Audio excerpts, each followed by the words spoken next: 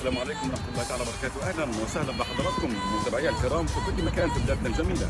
هنا بقعة سحرية رائعة في مغربنا الحبيب وأحد سطور الجمال والتراث والتاريخ أيضا. هل مني بوابة باب المنصور، وما أدراك ما مولاي المنصور والأسرة العلوية والإسماعيلية ومكناس أو مكة والناس. على يعني تقريبا يواصلوا الليل بالنهار هنا في هذه المدينه العتيقه باكملها، وليس فقط البوابه هنا او باب المنصور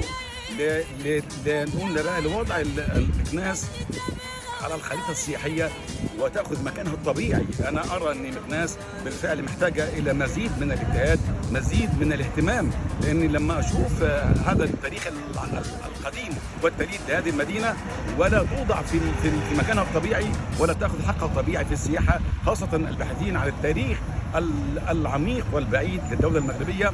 ومن ثم اثمن كل الجهود التي يعني المبذوله على مدى سنوات وحتى يواصلوا الليل بالنهار لاخراج هذه المدينه ان شاء الله ووضعها في مكانها الطبيعي.